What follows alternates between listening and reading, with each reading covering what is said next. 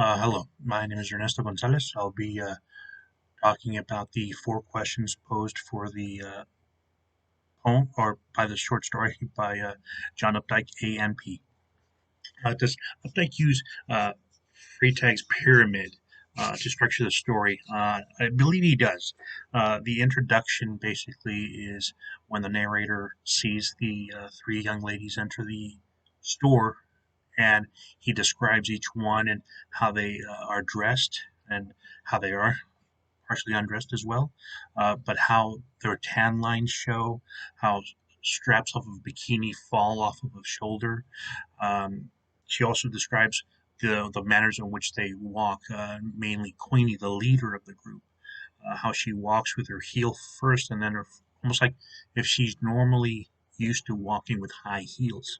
Uh, saying that a girl like that only wears high heels would basically be walking that way.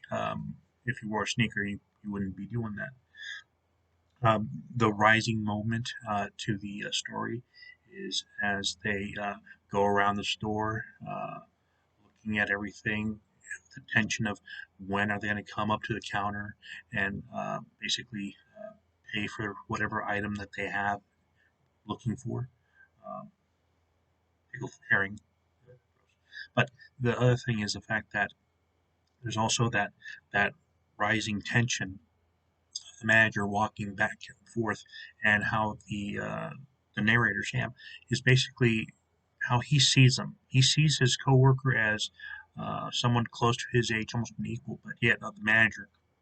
All the other ladies that actually are shopping, the moms with their kids, they're older. That's an older generation. So he feels like something's going on, and he almost feels like a sense of refreshment when the three girls show up because they're girls about his age. Someone who's young. The main climax of the story is when they come up to the counter and the manager comes back and tells them you can't be, there's a dress code policy, and just the way it's making each one of them feel uncomfortable. How even the narrator feels uncomfortable, and people around are looking and gawking and seeing how the story's going to end, basically, how the situation is going to resolve itself. And then as the falling action appears, is after they pay basically the fact that he felt so indignant that the girls were being mistreated that he quit right in front of that's so you start to realize what the mistakes that you do, and then that's the falling action. You think about everything that just there's not just that you quit, but you have consequences, and that's also the manager is trying to enforce that and make him say, "Hey, you're going to be sorry you did this."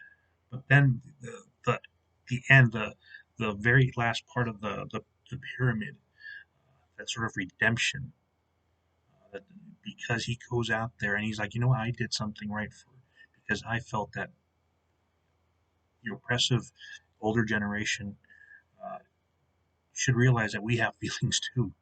We're not just here to play fun and games. We're going to be you in a while. So you have to realize that we're going to be in the same boat you are. Treat us with respect. And I think um, that's one of the ways that uh, he's also showing you. And when he describes Queenie as an uptown girl, it's because the way she's walking, the way she's handling herself, the way she spoke. The image I got, vivid images, someone of Paris Hilton. The main theme, I don't think, is not just the fact that it's a class, the little rich girls and then the working class people. No, I think it's a generational thing. It's the young and the old. So uh, that's how we know that, Queenie is just walking into a place to do business, but yet saying like, these people are like talking down to me, and I'm like, why? I didn't do anything wrong. But they also have privilege, and they just never experienced that before. And that's the same thing with Sam. Basically, like I'm at the level where I can be who I am when I want to be, and I'm going to be an adult the same way that the other people treat me as an adult. So I think that's the main theme of the story, that it is about class, and it's a generational class.